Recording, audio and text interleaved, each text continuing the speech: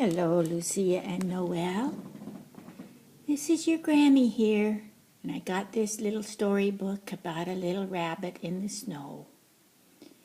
And the name of the story is On a Snowy Night. I hope you can see the bunny rabbit.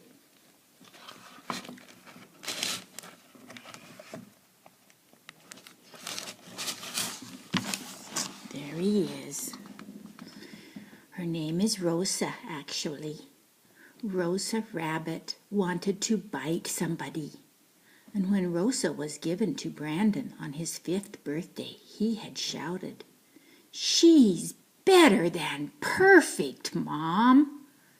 And he stroked her and fed her bits of carrots and apples from his hand. She nibbled, but she never once bit him. "Who loves Rosa Rabbit?" he asked her. And soon he would answer, "I do." And Rosa Rabbit was very happy. But now Rosa was not happy at all. Brandon had grown big, and he was too busy playing with boys to bother with a rabbit for very often. Rosa watched Brandon's sister showing her guinea pig to the Christmas tree. "Tonight we hang up our stockings," she said.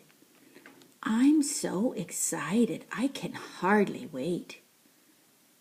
Rosa Rabbit was not excited.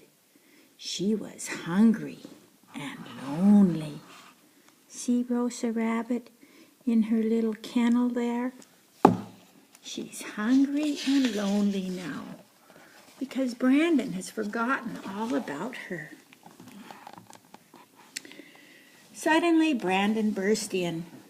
"Know what, Rosa Rabbit? It's snowing again.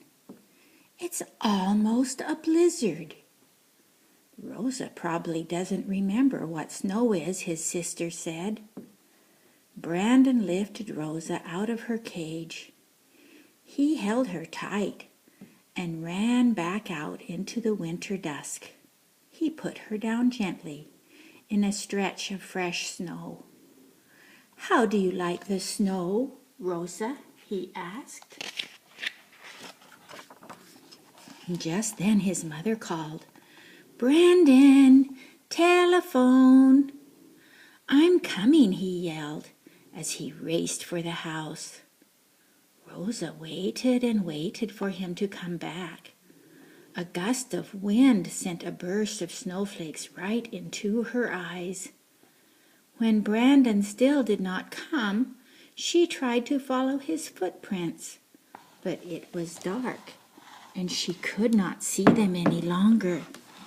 She was lost. Oh, poor Rosa Rabbit. "Fluff up your feathers," said a small, clear voice. Rosa gazed at the little bird. "I don't have feathers," she said through chattering teeth. "Well, maybe we can help," sheeped the bird. A flock of tiny chickadees flew down to her. They fluffed up her down to make a soft, bushy blanket against the biting wind. One hopped up between Rosa's soft ears and asked if that helped.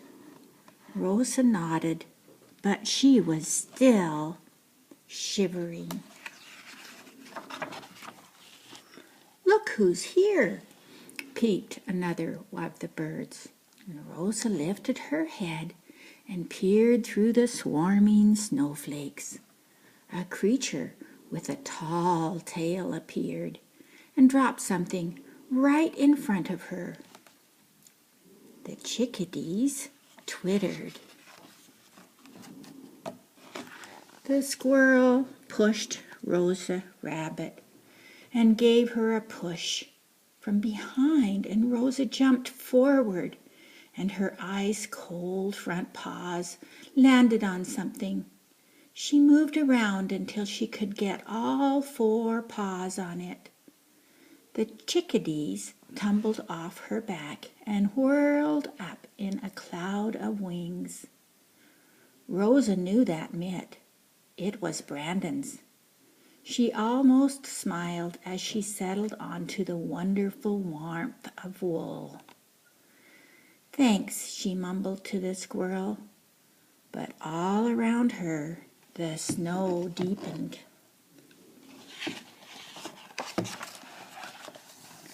"I'll get you something to eat," said a loud voice, and a raccoon waddled across to a tall white shape nearby. He scrambled up it, and he came back with a carrot, and he dropped it right in front of Rosa. "I think it's supposed to be a nose," he said. Rosa Rabbit bit into the carrot. Never before had any food tasted so delicious. "She really likes it," the raccoon boasted. "We can see that, buddy," snapped a mouse, peering with longing. Rosa knew how it felt to be hungry. Every so often Brandon forgot to feed her. She rolled the last little bit of carrot away with her nose and watched the mouse pounce upon it. For a moment she felt almost warm. I guess that little mouse was hungry too, wasn't he? Rosa Rabbit stared around at her new friends. "I thought wild animals ate each other," she said. "Not on this night," said a voice from a tree, branch up high above. "Even tasty little morsels like you are safe tonight." "It's a hawk," cheeped the chickadee, trying to sound brave.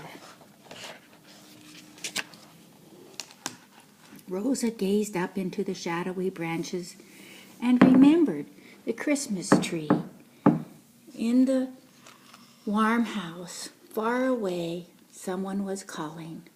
"I must go home," she said. "My boy will be in trouble." She stared into the darkness and trembled. "But I don't know where home is." "You need to turn around," the hawk said. "I can guide you. I know where your boy lives." Rosa tried to move forward, but her paws felt stiff in spite of the mitten's warmth, and the snow was so deep. "I'm stuck," she whimpered. "Don't be silly. You can hop," said the mouse. "He's right," said the raccoon. "Be brave."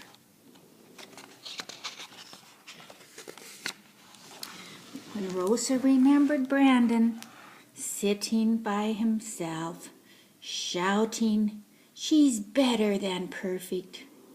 "I can," she told herself, and she hopped with all her might.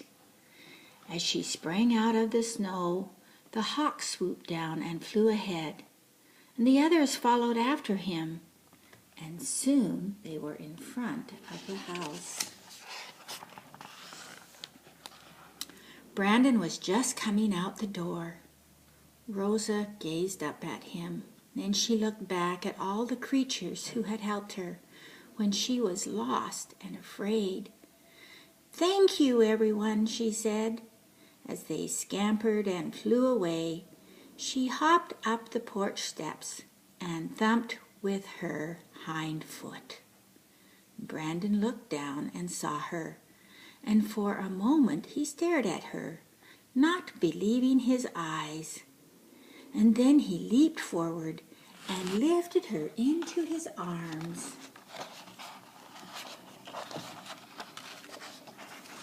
"Oh, Rosa, I couldn't find you. I thought I'd lost you forever," Brandon cried.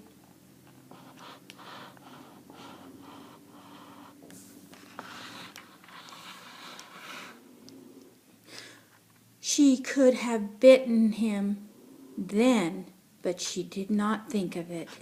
His arms were warm, and she snuggled close.